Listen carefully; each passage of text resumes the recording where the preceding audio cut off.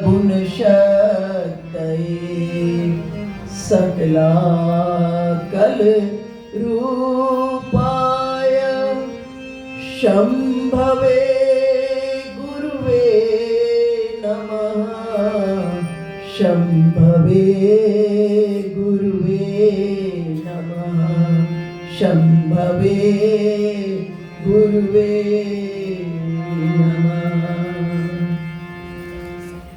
बोलिए शंकर भगवान की जय। जगत जननी जगदम्बा महारानी की जय। पवन सुत हनुमत लाल की जय। श्री राघवेंद्र सरकार की जय। श्री बांके बिहारी लाल की जय। नमः पार्वती पतये हर हर महादेव हर हर महादेव हर हर महादेव शंभो।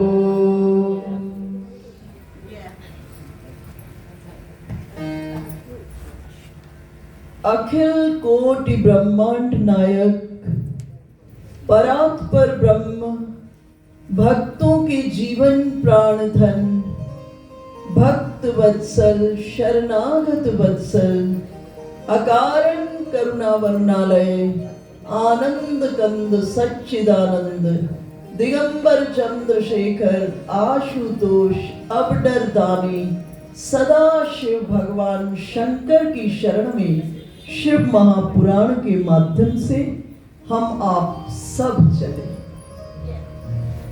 देखिए, जब अनेक जन्मों के संचित पुण्य अनेक जन्मों के पुण्य इकट्ठे हो जाते हैं तो जीव की वृत्ति शिव में टिकती है।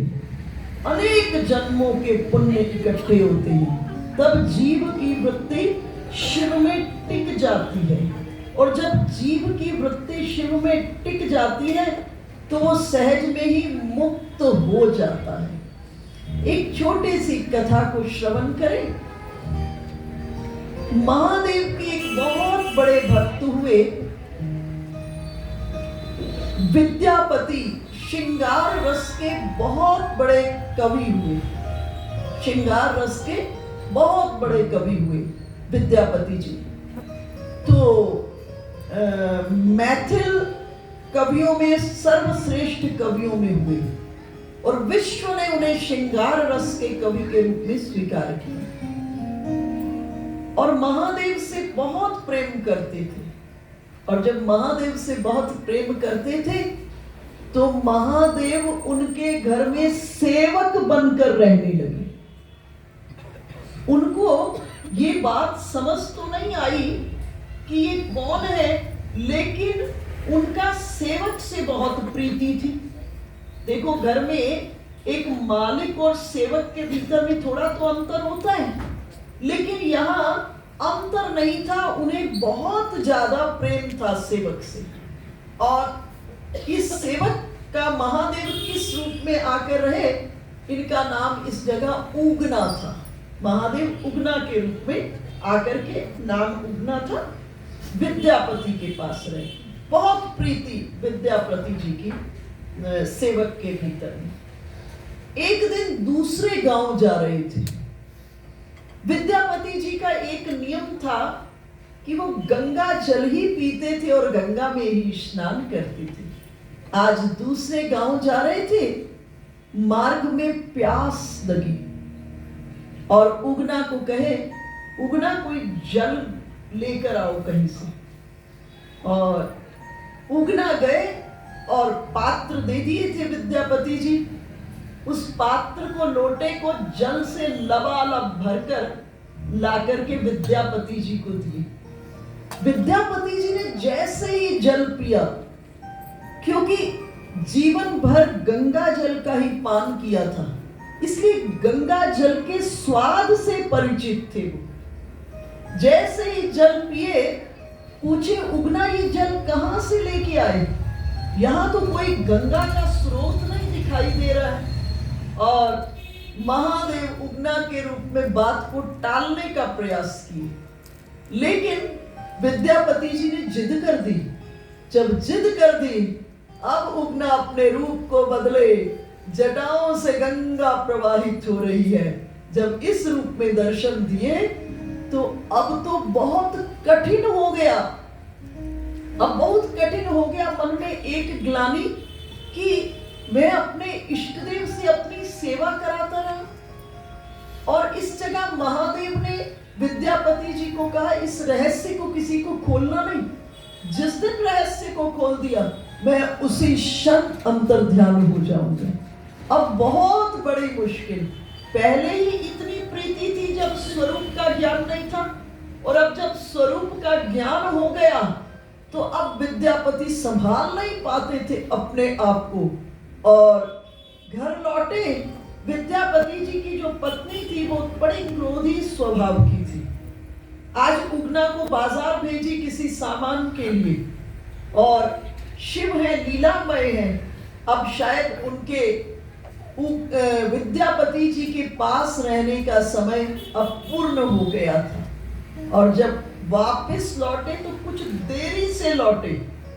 जब देरी से लौटे तो पत्नी उनकी क्रोधिता होकर चूल्हे से लकड़ी निकाली और जलती हुई लकड़ी को महादेव के ऊपर में फेंकी, और विद्यापति जी संभाल नहीं पाए, नेत्रों से अविरल अश्रुधार चिल्ला रहे हैं, शिव है, शिव है, शिव है। और देखते ही देखते अंतर्ध्यान हो गए महादेव। और इधर विद्यापति जी का भी इस संसार से जाने का समय आ गया। विद्यापति जी का नियम था, रोज गंगा जी में स्नान करते थे, और उनके घर से 2 कोस गंगा थी।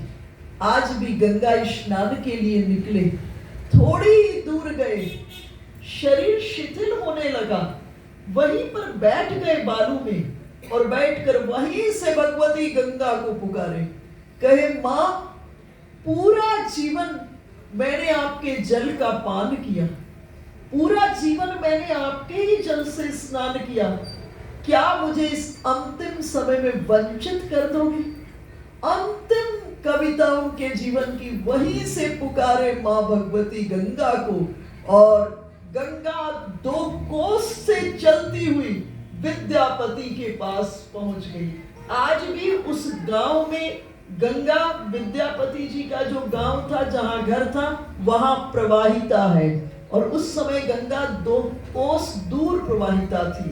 तो जैसे ही गंगा को पुकारे, गंगा अपने स्रोत से, गंगा अपने स्थान से प्रवाहिता होती हुई विद्यापति जी के पास पहुंची, और अंतिम समय में विद्या जी को गंगा जी की प्राप्ति हुई, और देखते देखते विद्यापति जी इस पार्थिव देह का परित्याग कर दिए। तो जिसकी अनेक जन्मों के पुण्य संचित हो जाते हैं, तो उसके फलस्वरूप क्या होता है, जीव की वृत्ति ठाकुर जी में टिक जाती है।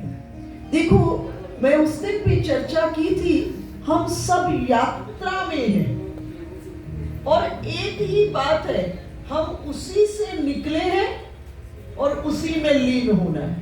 जितने बैठे सबके लिए एक नियम है, उसके अलावा कोई दूसरी गुंजाइश ही नहीं है, और हम सब यात्रा में हैं। अब ये अंतर हो सकता है, उस विराट से ये 50 वर्ष 60 वर्ष पहले फूटे, वो 70 वर्ष पहले फूटे, वो 80 वर्ष पहले फूटे, और कोई विराट से अभी फूट रहा है। तो सब यात्रा में है, और यात्रा करते करते ना, अनंत जन्मों की यात्रा होते होते आप एक चीज को नोटिस करोगे, जिसकी यात्रा बहुत पुरानी है, बहुत पुरानी यात्रा है, वो उतना सरल होगा, वो उतना सुलझा होगा। जिसकी यात्रा जितनी पुरानी है, ये परिचय है कि हम कितनी यात्रा कर चुके हैं। वो बातों को छोड़ना जानता होगा, चिपकना नहीं जानता होगा, क्योंकि समझ गया इसके अलावा और कोई गुंजाइश नहीं है, और इस संसार में कुछ रखा नहीं है, और इस जगह उसकी वृत्ति पूर्ण रूपेण किस में टिक जाती है? अपने इष्ट देव में टिक जाती है। और देखो, जमीन पर जब हम चलते हैं ना, अगला पांव जम जाता है ना, तो पिछला अपने आप छूट जाता है। आपको छुड़ाने की कोशिश नहीं करनी पड़ती। इसी तरह से जब वृत्ति परमात्मा के भीतर में टिक जाती है, तो संसार के प्रति की वृत्ति जो है ना, संसार में जो आसक्ति है, वो सहज में ही छूट जाती है। सनातन धर्म ने छोड़ने को कहा नहीं है किसी चीज को। सनातन धर्म ने कहा छूट जाए। और कब छूटती है? जब जो आपके पास है ना, उससे कुछ श्रेष्ठ मिल जाए, उससे कुछ सुपीरियर, उससे कुछ श्रेष्ठ मिल जाता है, तो पहली वाली चीज अपने आप छूट जाती है। तो इस जगत में, सबसे जगत में रहते हुए सबसे श्रेष्ठ कौन है? सबसे श्रेष्ठ वो वृत्ति है जो ठाकुर जी के चरणों में लग जाए। और जब वो वृत्ति आ जाती है तो क्या होता है? सहज में कोशिश नहीं करनी पड़ती, सहज में जगत के प्रति की आसक्ति, जगत के प्रति की वासना, जगत के प्रति की ममता, ये सहज में छूट जाती है। प्रयास नहीं करना पड़ता। आइए, शिव दरबार में कैसे प्रवेश करना है? देखो, शिव का अर्थ क्या है? शिव का अर्थ है कल्याण। सभी के कल्याण का भाव जब हम आत्मसात कर लेते हैं, सभी के कल्याण का, हमारे मन में बस एक ही भाव है। सब देखो, जब ऋषि मुनि बहुत तप करते थे, भजन करते थे, उनको वरदान देने के लिए ब्रह्मा विष्णु महेश आते थे, ऋषि मुनियों को कहते थे हमसे कुछ मांगो, तो ऋषि मुनि क्या मांगते थे? सर्वे भवन्तु सुखिना, सब सुखी हो जाए, सर्वे सन्तु निरामया, सब आरोग्य को प्राप्त हो, सब सुखी हो। अर्थात सबके कल्याण की वृत्ति हमारे अंतःकरण में हो। इसलिए रोज सायंकाल में थोड़ी देर एनालिसिस करना चाहिए, अपने अंतर में झांक कर देखना चाहिए, है ना? निज हृदय दर्शन, एक चीज है निज हृदय दर्शन। प्रत्येक व्यक्ति को जीवन में कुछ कार्य करने चाहिए। जैसे हर सुबह उठ करके क्या करना चाहिए? भगवत दर्शन करना चाहिए, भगवत कंकरे करना चाहिए, संत दर्शन करना चाहिए, शास्त्र दर्शन करना चाहिए। और ये सब करते करते एक काम करना चाहिए, निज हृदय दर्शन। अपने हृदय में झांक कर देखो। और रात्रि के भीतर में भी ये जरूर करना चाहिए। और रात्रि में एक बार एनालिसिस करना चाहिए, एक बार पड़ताल करनी चाहिए, क्या हमारे मन के भीतर में सुबह से लेकर शाम तक किसी के अहित करने की वृत्ति तो नहीं आई? क्या हमने सुबह से शाम तक किसी को कड़वा तो नहीं बोला? ये सब बातों पर थोड़ा सा मंथन करना चाहिए। और ये मंथन करने के बाद अगर ऐसा कुछ हमारे लिए दोष आ गया है, तो हमको क्या करना चाहिए? तुरंत संकल्प करना चाहिए कि कल की प्रातः में मैं अपने आप को वचन में बांधती हूँ, मैं अपने को वचन में बांधता हूँ कि कल के दिन में मुझसे जो आज अपराध बन गया है वो अपराध न बने। ये एक साधक का जीवन में लक्ष्य होना चाहिए। इससे साधक शुद्ध होता जाता है धीरे धीरे, और जब शुद्ध हो जाता है तो सिद्ध हो जाता है भगवत सानिध्य में जाकर के। तो सबके कल्याण की इच्छा, सबके कल्याण की कामना और सबके कल्याण का भाव आत्मसात करें, सबके मंगल की कामना करें। जब सबके मंगल की कामना करेंगे तो जीव ही शिवमय हो जाता है। तो अपनी आत्मा में अपनी आत्मा में ऐसे शिव तत्व को प्रकट करने की साधना जो है उसे शिव पूजन और शिव दर्शन कह सकते हैं। अब आइए हम शिव दरबार में चलते हैं। महादेव के दरबार में कैसे जाना है, इस कला को जानिए। शिव दरबार में जब जाते हैं तो सबसे पहले किससे मुलाकात होती है? नंदी से। नंदी कौन है? नंदी शिव के द्वारपाल नहीं है। अगर द्वारपाल हो तो उनकी दृष्टि बाहर होनी चाहिए, लेकिन नंदी की सतत दृष्टि शिव पर होती है। नंदी 24 घंटे अपनी दृष्टि को शिव पर केंद्रित करते हैं। नंदी कौन है? नंदी शिव के वाहन है। नंदी शिव के वाहन है। जैसे शिव के वाहन की नंदी की दृष्टि सदैव शिव पर है, उसी तरह हमारी आत्मा का वाहन ये शरीर है। हमारी आत्मा का वाहन ये शरीर है। तो हमारा जो शरीर है अर्थात जो इंद्रियां हैं वो देहाभिमुख न बने। हमारी जो इंद्रियां हैं वो आत्माभिमुख बने। ये नंदी से हमको शिव दरबार में शिक्षा मिलती है। इसलिए जब शिव दरबार में प्रवेश करें तो थोड़ी देर नंदी की का दर्शन करें, और दर्शन करके नंदी से, नंदी धर्म के प्रतीक है, इसलिए नंदी से हम शक्ति प्रदान करें, प्राप्त करें, शक्ति प्राप्त करें कि जैसे आपकी दृष्टि निरंतर शिव पर है, उसी तरह से हमारी जितनी इंद्रियां हैं वो देहाभिमुख ना हो, हमारी जितनी इंद्रियां हैं वो आत्माभिमुख बने। और इसके लिए हम क्या करें?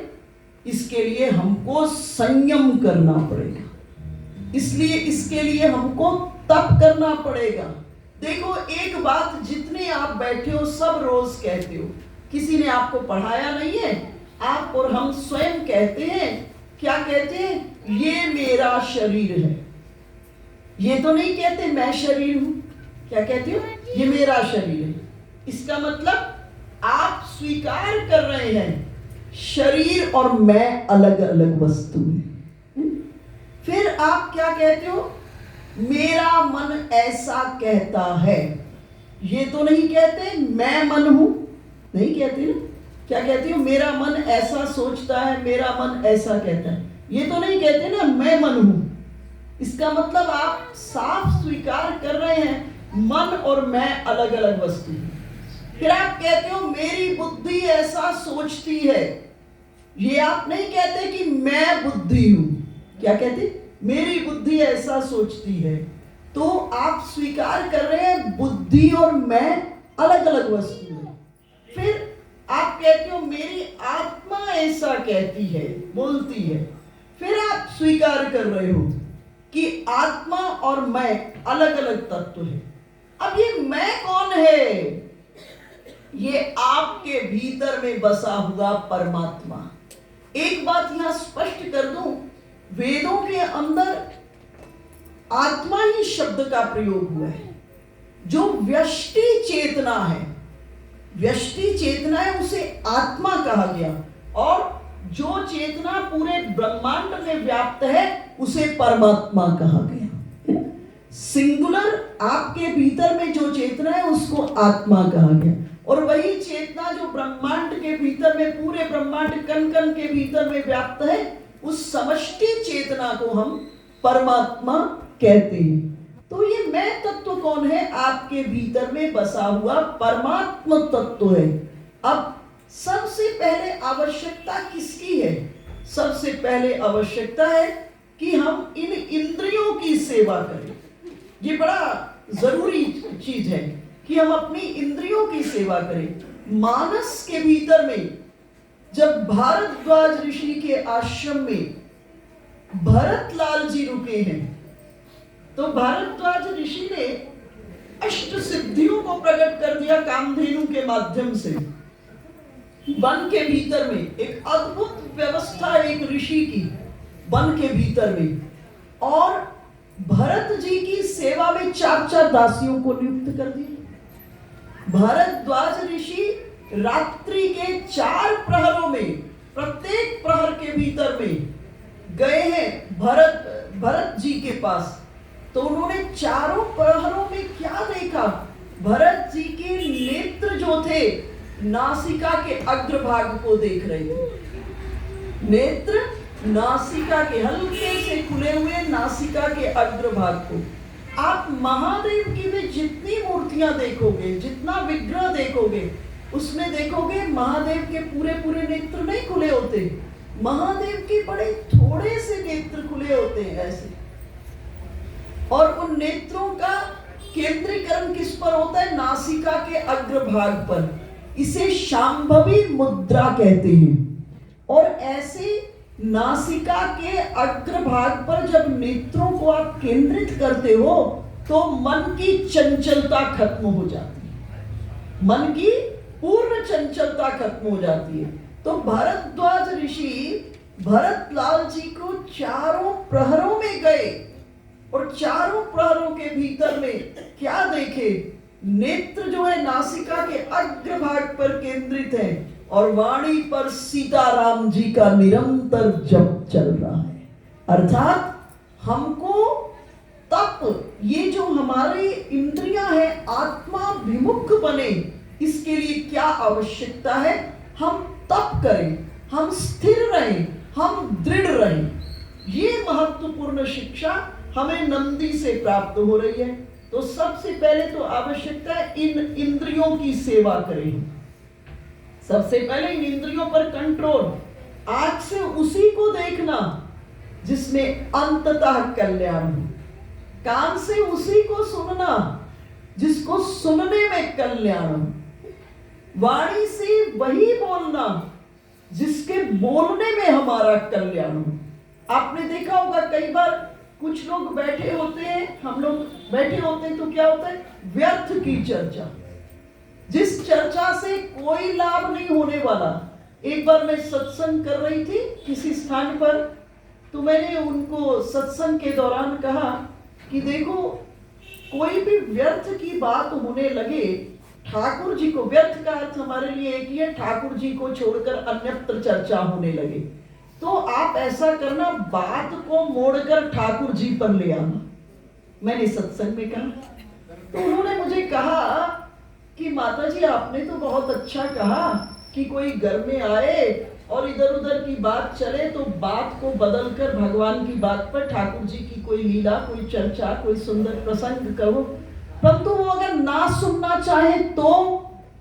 मैंने कहा जब वो आपकी इतनी सुंदर बात ठाकुर जी की नहीं सुनने वाले, तो तुम उसके कूड़ा करकट को क्यों सुनते हो?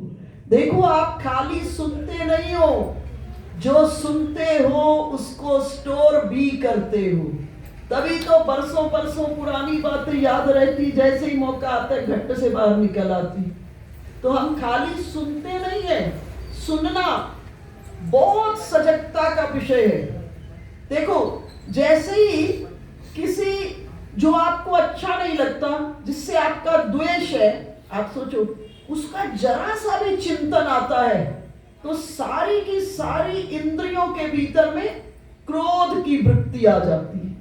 वो बंदा सामने नहीं है, कोई बातचीत नहीं हो रही, लेकिन जैसे ही विचार आया, सभी की सभी इंद्रियां क्रोध से भर जाती है। तो आप खाली सुनते नहीं हो, जो आप सुनते हो उसको स्टोर भी करते हो।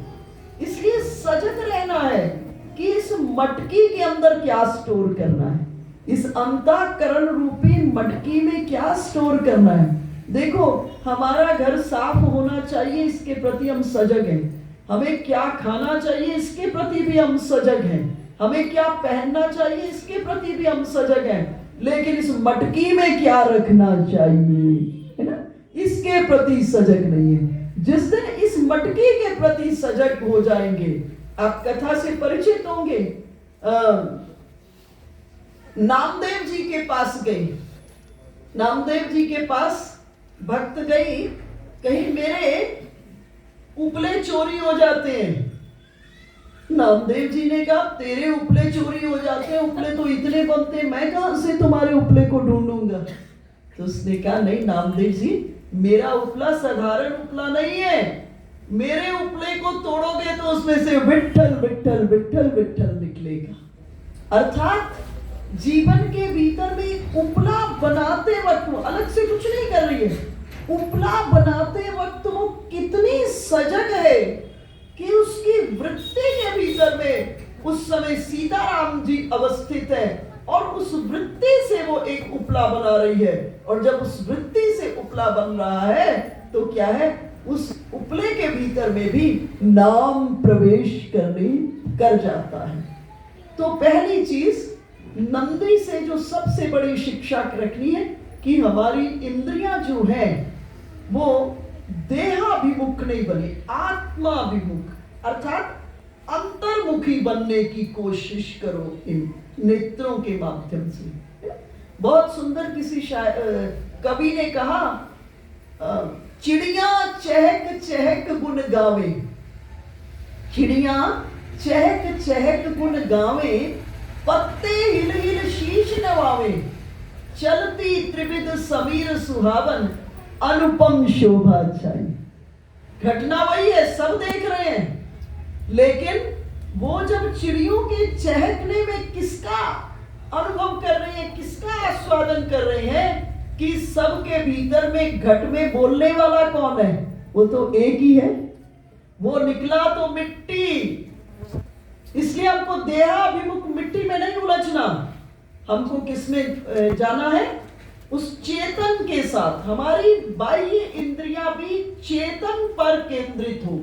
जब चेतन पर केंद्रित होगी तो हमको कण कण में हर छोटी से छोटी चीज में ठाकुर जी का अनुभव और दर्शन होने लगेगा। अब नंदी से आगे बढ़िए, शिव दरबार में कौन मिलता है, यहां मुझे नहीं दिखाई देते, लेकिन आप दक्षिण भारत और हिमाचल में जाएंगे, उत्तराखंड में भी आप जाएंगे, शिव दरबार में नंदी के बाद एक कछुआ मिलता है, एक कछुआ होता है।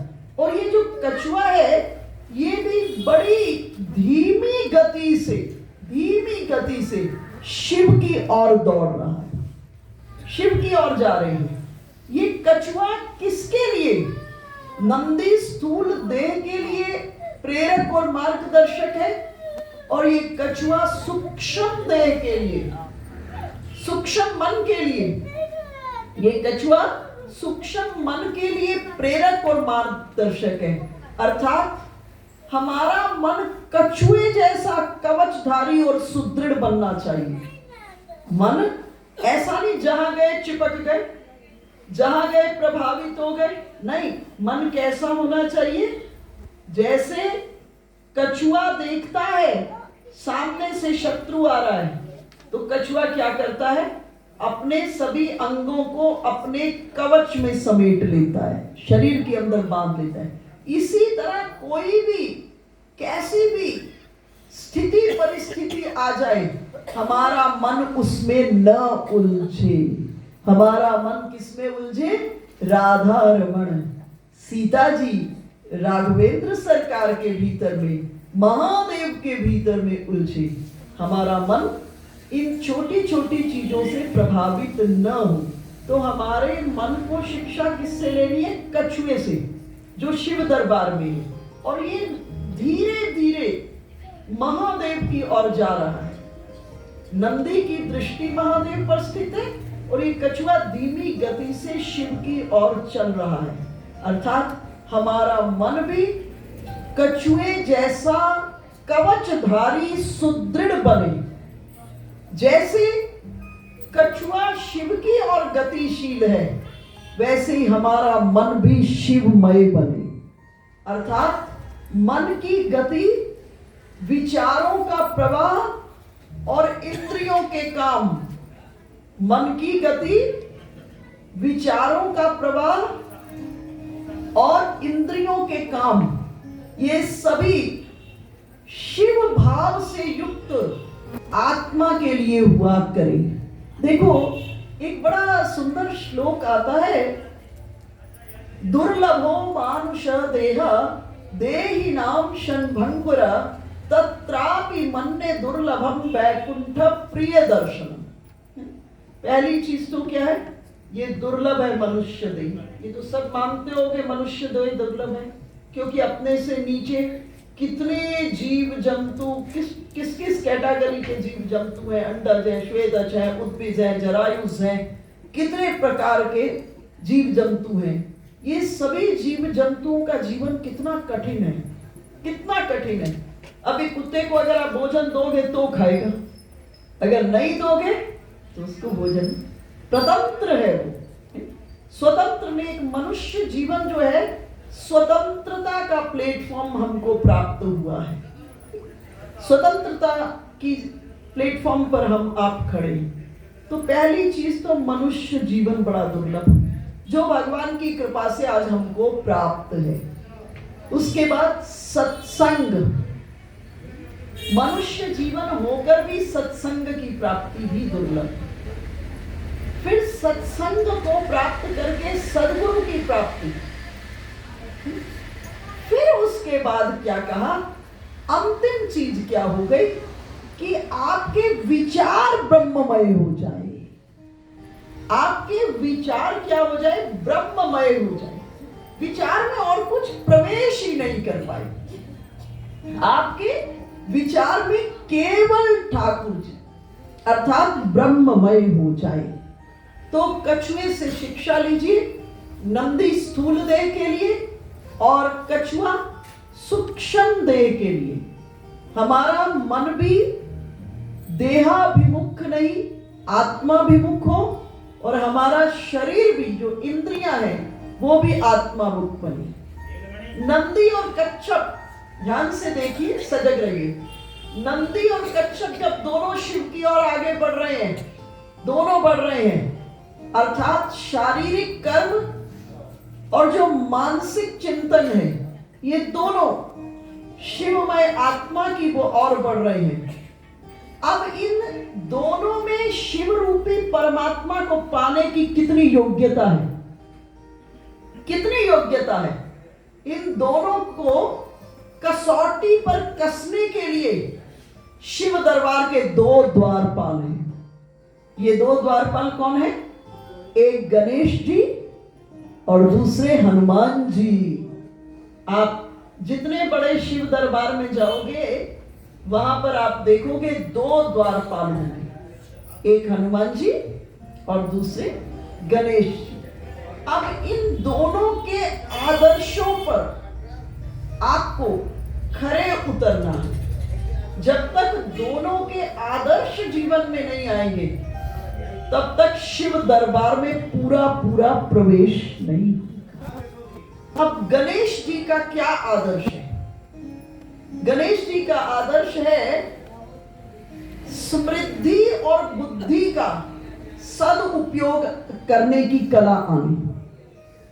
समृद्धि और बुद्धि की सदुपयोग करने की कला गणेश जी के पास है। अब गणेश जी के आपने देखा होगा 4 हाथ होंगे।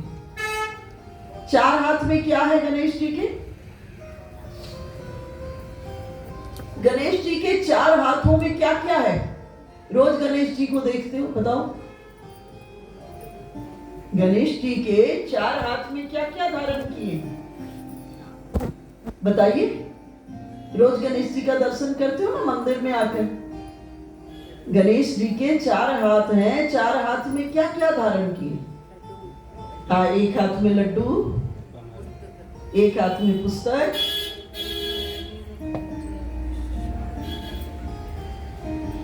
एक हाथ में अंकुश को धारण किए, फरसा जिसे आप कहते हैं, अंकुश। एक हाथ में कमल को धारण किए, एक हाथ में पुस्तक को धारण किए, एक हाथ में मोदक को धारण किए। अब इससे शिक्षा लीजिए, क्यों धारण किए? अंकुश का क्या उपयोग है? अंकुश प्रतीक है कि आपका अपने पर कितना नियंत्रण है। संयम और आत्म नियंत्रण का प्रतीक है अंकुश। इसका अर्थ है आप दूसरे की बात ना मानो चलेगा, लेकिन अपनी बात तो मानो ना। दूसरे की बात ना मानो चलेगा, लेकिन अपनी बात तो मानो।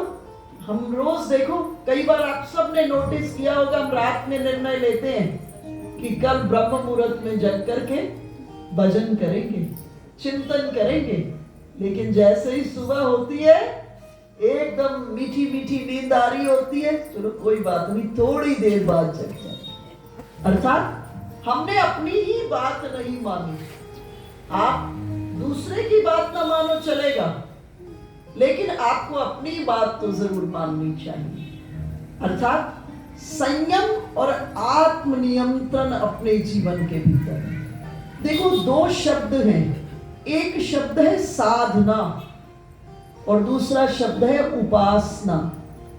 साधना का अर्थ होता है जब आपकी इंद्रियां मनमानी कर रही हो, उनको मनमानी न करने दो, इसका नाम साधना है। जब आपकी इंद्रियां मनमानी कर रही हो और आप उनको मनमानी ना करने दो, उसका नाम है साधना। और जब साधना करते करते आप ठाकुर जी के पास आकर बैठ जाओ, तो जो अगला शब्द है उपासना। उपासना का अर्थ होता है उपजोड़ आसन। उप कहते हैं करीब को, आसन कहते हैं बैठना। जब ठाकुर जी के पास आकर बैठ जाओ, देखो आपने दंडी सन्यासी देखे होंगे, दंडी सन्यासी जो लंबा लंबा दंड लेके जाते, तो उस दंड का क्या भूमिका है? सन्यासी को वास्तव में प्रेत की संज्ञा दी जाती है। सन्यासी को प्रेत की संज्ञा दी जाती है। जब वो सन्यास लेते हैं, उस समय वो अपना क्रिया कर्म इत्यादि सब उनको करना पड़ता है अपने हाथ से, दंडी सन्यासी को। और उन्हें एक दंड दे दिया जाता है। कहा कि अब समाज का कोई व्यक्ति आपसे कुछ गलत बात बन जाए तो कोई दंड नहीं देगा, लेकिन आपको ये समझ आ जाए कि आपसे ये अपराध होने जा रहा है, तो आप स्वयं को अपने से दंड देंगे। इसलिए दंडी रखते हैं, दंडी सन्यासी अपने पास। तो पहली चीज है कि हम अपने जीवन के भीतर में अपने पर नियंत्रण, सेल्फ कंट्रोल को बढ़ाएं। और जिसकी इंद्रियां और मन वश में है, वो इसी वक्त जीवन मुक्त है। उसको मुक्ति के लिए और कुछ नहीं चाहना। जिसकी इंद्रियां और मन वश में है। हमारे यहाँ एक शब्द है विधेय आत्मा। विधेय आत्मा का अर्थ होता है आप अपने मन को आज्ञा देने वाले बनो। देखो, साधारण हम आप लोग कहते हैं मन बड़ा बेईमान है, मन बड़ा चंचल है ना? अक्सर हम सब यही कहते हैं, मन लगता ही नहीं। अधिकांश लोग, जब मैं बातचीत होती है तो वो कहते हैं ध्यान करने बैठते हैं, पूजा करने बैठते हैं, माला जपने लगते हैं, तो उसी वक्त सब काम सामने आ जाते हैं, उसी वक्त सब। मन मानता नहीं है। और ये बात आप नहीं, ये बात अर्जुन भी श्री कृष्ण से कह रहे हैं। अर्जुन ने श्री कृष्ण को कहा, चंचलम ही मन कृष्ण परमाथि बलभद्रम तस्याहम निग्रहम मन्ने वायुरिव सदुष्करम। कहा, ठाकुर ये मन बड़ा चंचल है, ये खाली चंचल नहीं है, ये बड़ा मतवाला है। ये खाली चंचल और मतवाला नहीं है, ये बड़ा बलवान है। खाली ये चंचल मतवाला और बलवान नहीं, ये बड़ा हठी है। और इस मन को कंट्रोल करने का अर्थ है बहती हुई हवा को कंट्रोल कर लेना। भगवान ने कहा, नहीं अर्जुन, अभ्यास और वैराग्य से आप इस मन को कंट्रोल कर सकते हो। अभ्यास और वैराग्य से इस मन को आप अपने नियंत्रण में ले सकते हो। तो भगवान ने इस जगह अर्जुन को कहा, अर्जुन तुमने कभी हाथी को देखा? हाथी कितना बलवान, कितना चंचल, कितना मतवाला। जो लोग बर्मा वगैरह साइड गए हैं, वो बर्मा, असम, सिलीगुड़ी वाली साइड पर गए हैं, तो हाथी कभी कभी जब मद में आता है ना, अपनी सूंड में बड़े बड़े वृक्षों को लपेट कर निकाल लेगा और मार्ग में रख देगा।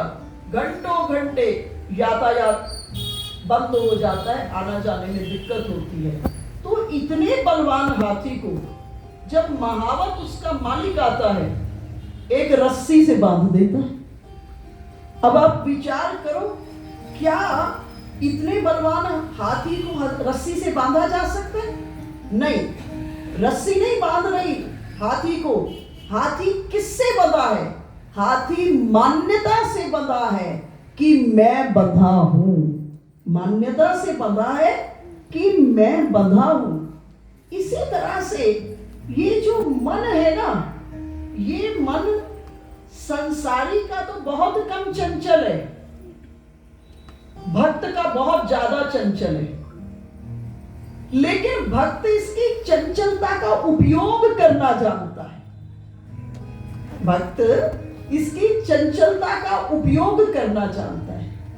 वो अपनी सारी चंचलता को समेट करके ठाकुर जी के ऊपर में चढ़ा देता है, नियोजित कर देता है। उसकी चंचलता का केंद्र परमात्मा होते हैं। एक सूफी शायर ने बहुत सुंदर कहा, हर लम्हा मेरे चंचल मन के अरमान बदलते रहते। हर लम्हा, संसारी का मन बहुत कम चंचल है। मन के भीतर में एक बात आ गई, बड़ी कोठी होनी चाहिए। तो जब तक वो कोठी नहीं बन जाती तब तक संसारी उसी पर टिका रहता है। जब कोठी बन जाती है फिर मन में बात आती है, एक बड़ी फैक्ट्री भी होनी चाहिए, एक गाड़ी भी होनी चाहिए।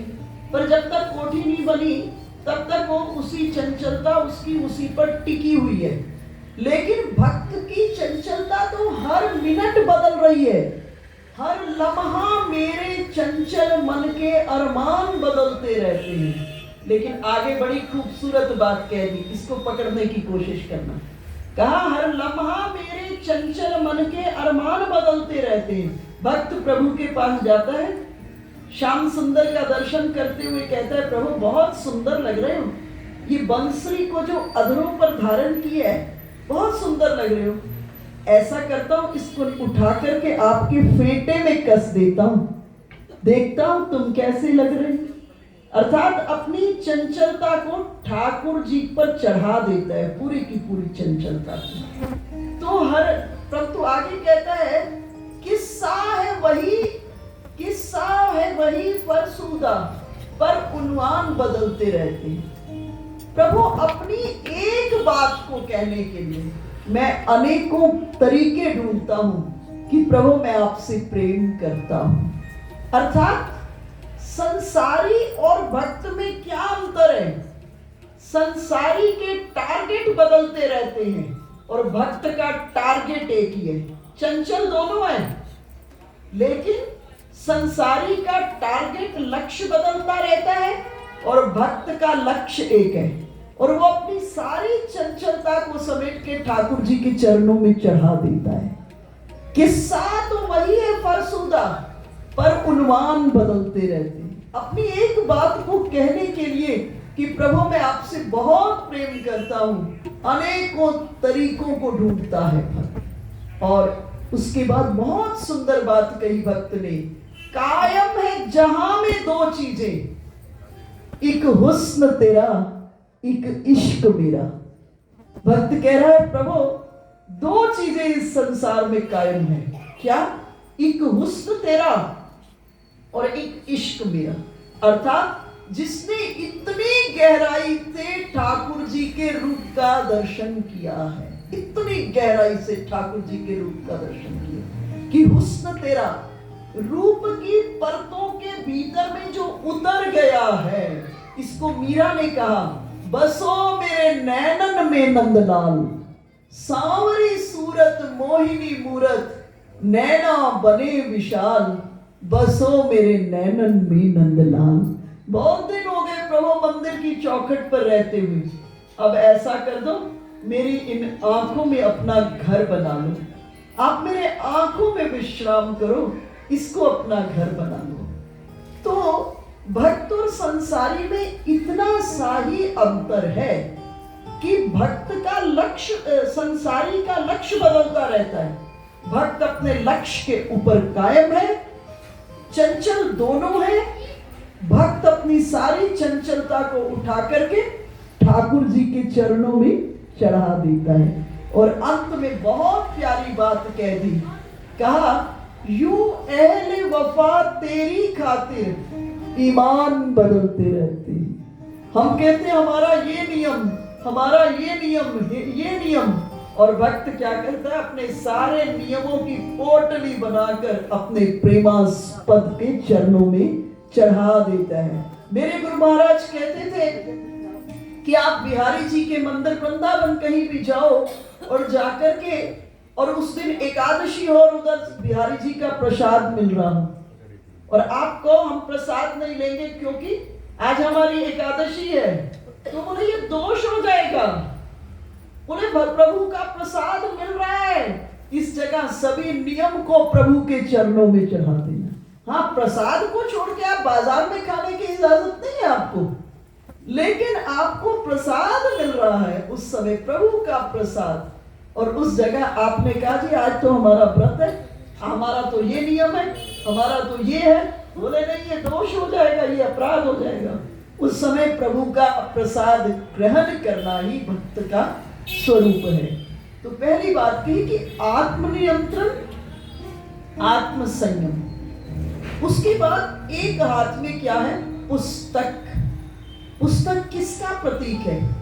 पुस्तक प्रतीक है उच्च विचारधारा, जिसकी कल मैंने आपसे चर्चा की थी। उदार और उच्च विचारधारा अर्थात दूसरे को सुख देने के लिए आप अपने जीवन में बड़े से बड़े त्याग के लिए तैयार रहो।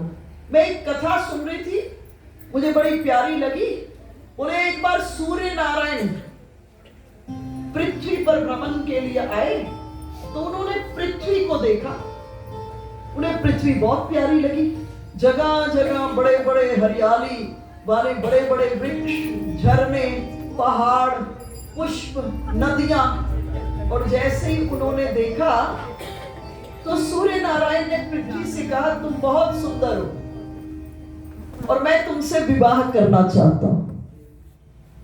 मैं तुमसे विवाह करना चाहता हूं। सूर्य नारायण ने पृथ्वी को कहा, सूर्य ने पृथ्वी को कहा कि मैं तुमसे विवाह करना चाहता हूं। पृथ्वी ने कहा ठीक है, आप सोच रहे हो तो मुझे कोई आपत्ति तो नहीं है, लेकिन जो हमारा रचयिता है जरा उसकी भी तो आज्ञा ले ले, इजाजत ले ले। और दोनों सूर्यदेव और पृथ्वी दोनों भगवान के पास गए, विष्णु भगवान के पास, और विष्णु भगवान से कही कि हम विवाह करना चाहते हैं दोनों। विष्णु भगवान ने कहा मुझे कोई आपत्ति तो नहीं है, परंतु जो आपकी पृथ्वी पर रहने वाले उनसे भी आज्ञा ले लो, आपके विवाह के लिए तैयार है कि नहीं। तो वो पृथ्वी पर रहने वाले सबसे आज्ञा लेने लगे। सबने आज्ञा दे दी, लेकिन एक उल्लू ने आज्ञा नहीं दी। सबने आज्ञा दी। जब उल्लू ने आज्ञा नहीं दी तो विवाह नहीं हो पाया। तो सूर्य देव ने क्रोधित होकर उल्लू को श्राप दे दिया कि तुम दिन में देख ही नहीं पाओगे।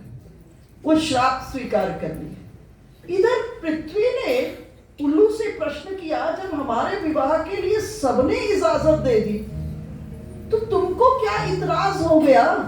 जो हमारे विवाह के लिए क्या आपत्ति होगी? हमारे विवाह के लिए आज्ञा नहीं दी है, सहमति नहीं दी है।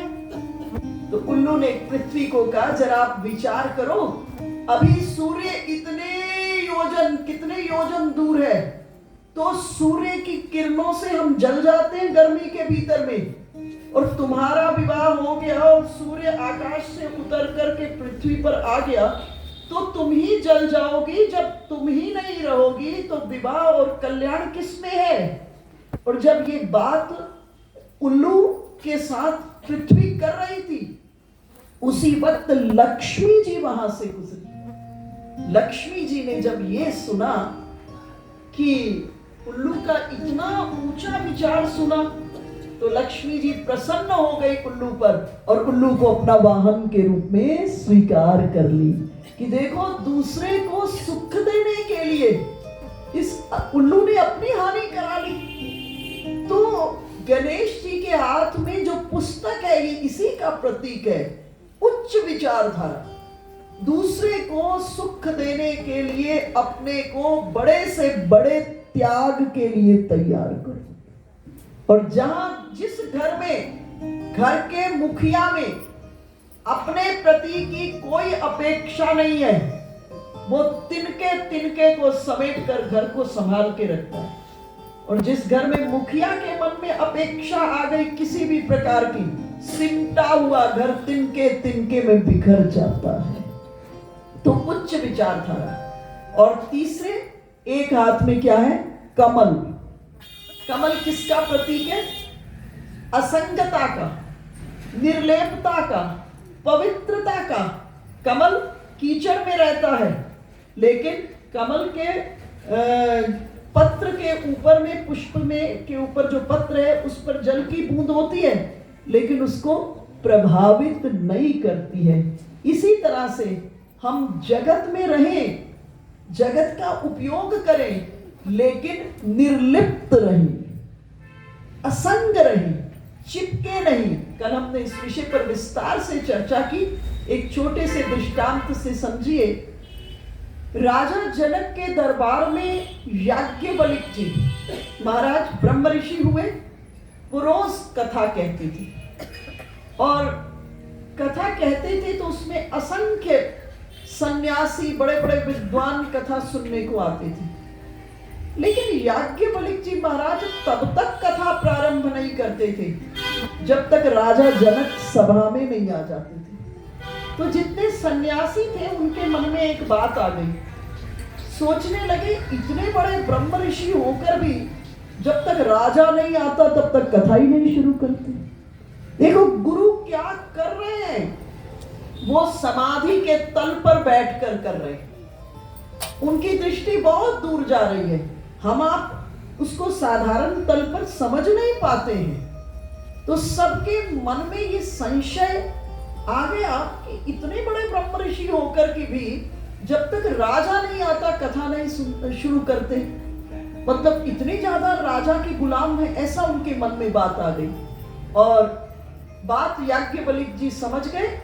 और आज जब कथा प्रारंभ हुई, राजा जनक आए और कथा प्रारंभ हुई, तो याज्ञवल्क्य जी ने अपनी माया से महल में आग लगा दी। महल जलने लगा और अंतःपुर से एक सेवक आया, एक दूत आया। उसने बताया, सेवक ने आके बताया कि सत्संग चल रहा था, महाराज जनक को कहा महल में आग लग गई।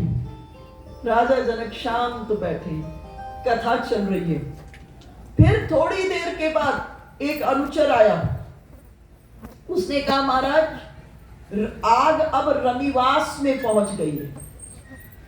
लेकिन राजा जनक शांत बैठे हुए कथा सुन रहे। फिर कुछ देर बाद एक और सेवक आया। उसने कहा महाराज अंतःपुर धू धू करके जल रहा है।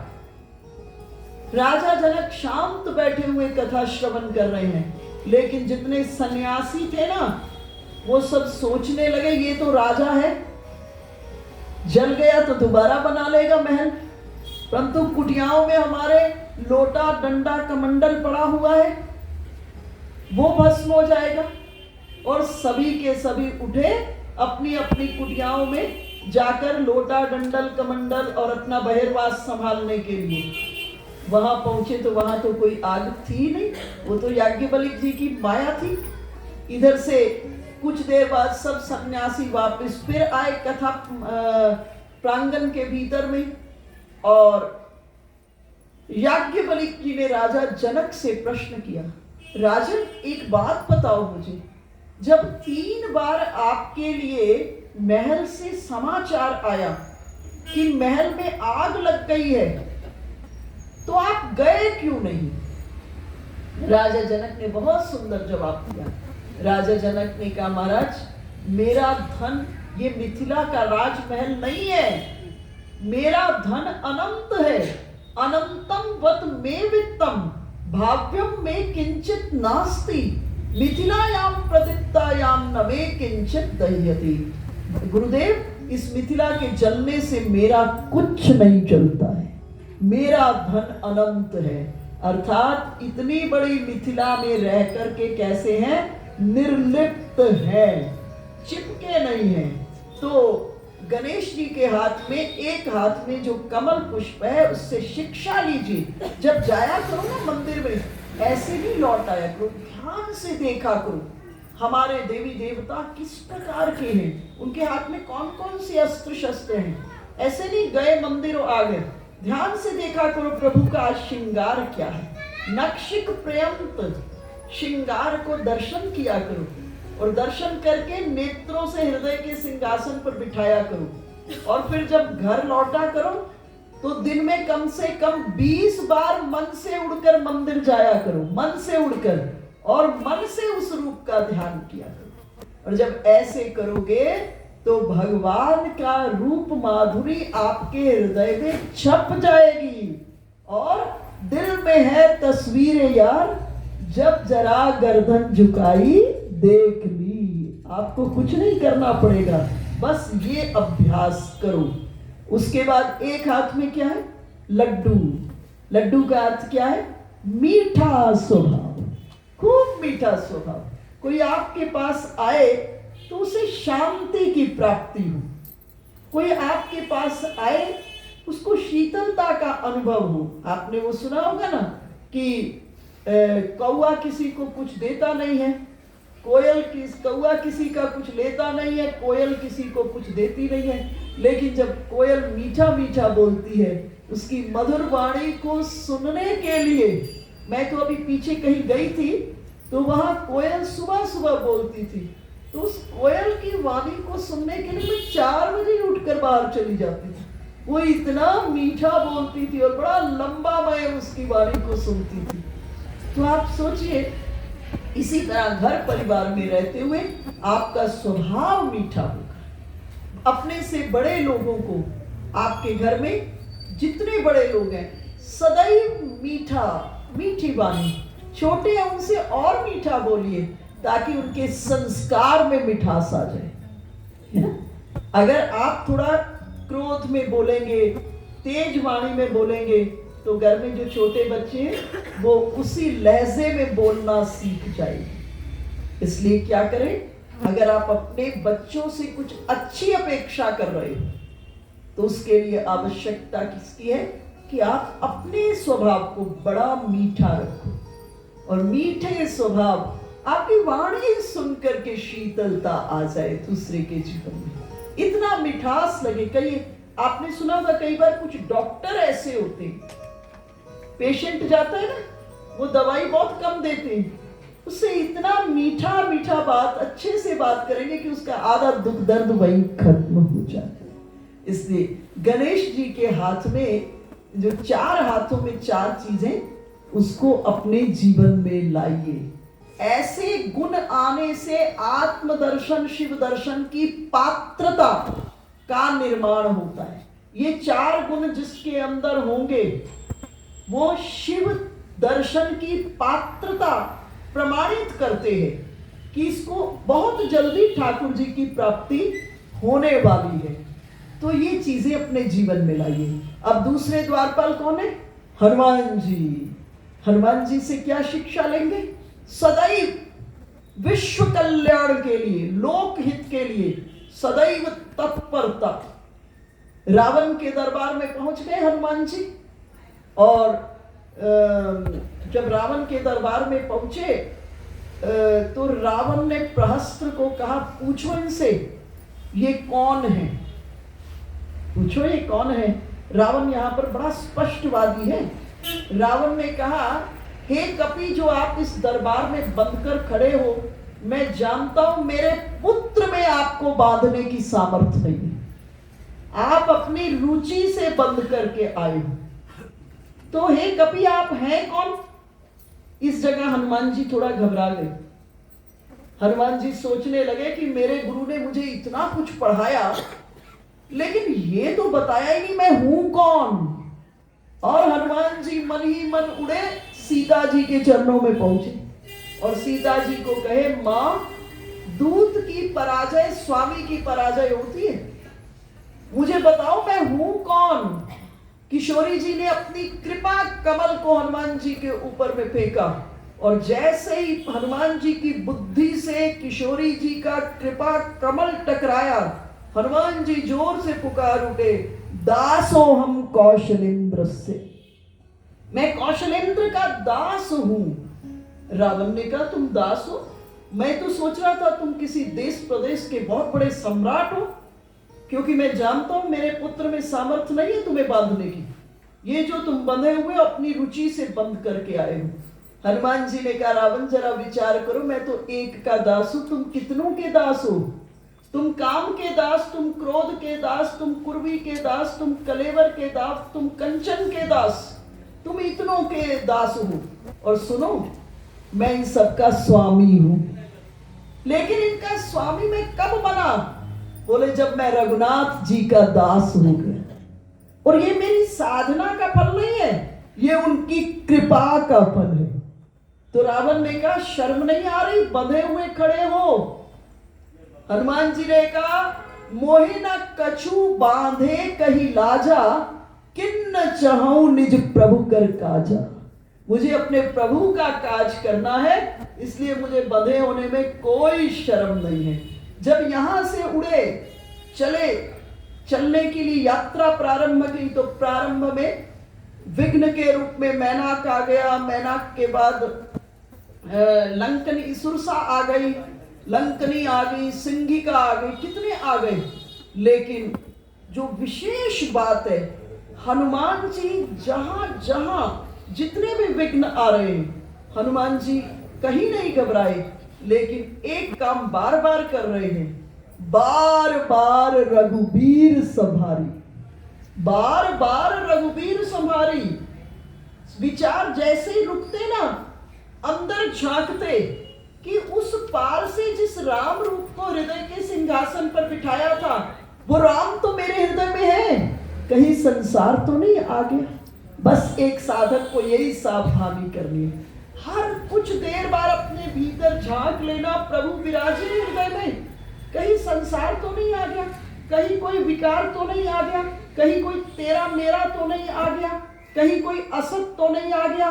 जैसे ही लगा, उसी समय प्रभु को फिर दोबारा सिंहासन पर बिठाकर अपने सिर को उनके चरणों में रखकर कहना, प्रभु मुझे संभालो। और जब ऐसे करने का अभ्यास हो जाएगा, तो आप अपने जीवन में कभी फिसल पाओगे ही नहीं, आप जीवन में विजयी ही होगे। और तब उसने कहा कि कुछ देर विश्राम कर लो। मैनाक ने भी कहा, बोले, राम काज किन्ने बिनु मोहि कहां विश्राम। भगवान शंकर, जब समुद्र मंथन हुआ तो विष निकला, भगवान शंकर को दे दिया गया विष। भगवान शंकर, आज जितनी पूरा ब्रह्मांड भगवान भोलेनाथ का कर्जदार है, हम सब भगवान भोलेनाथ के कर्जदार हैं। अगर समुद्र मंथन के समय वो विष को स्वीकार नहीं करते, तो ये पृथ्वी, ये ब्रह्मांड टिक ही नहीं पाता। ये भगवान भोलेनाथ की हम सब पर कृपा है।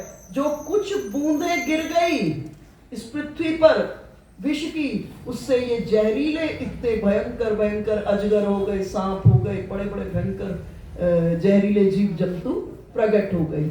तो हनुमान जी से जो सबसे बड़ी शिक्षा है, वो लोक कल्याण के लिए, विश्व कल्याण के लिए, अगर हलाहल विष भी पीना पड़ जाए तो इसके लिए तत्पर रहना। ये, और जब साधक इन दो की परीक्षा में उत्तीर्ण हो जाता है, गणेश जी की और हनुमान जी की, दो की परीक्षाओं में उत्तीर्ण होने से साधक को शिव रूपी आत्मा की प्राप्ति हो जाती है। लेकिन इतनी बड़ी विजय प्राप्त होने के बाद, दो द्वारपालों की परीक्षा में उत्तीर्ण होने पर, पास होने पर इतनी बड़ी विजय हो जाती है, तो एक गड़बड़ी हो जाती है, अहंकार आ जाता है साधक में। इस समय बड़ी सावधानी रखनी पड़ती है साधक को। साधक के जीवन में अहंकार आ जाता है, और ये अहंकार परमात्मा के मिलन में बाधक होता है। कथा से आप परिचित हो,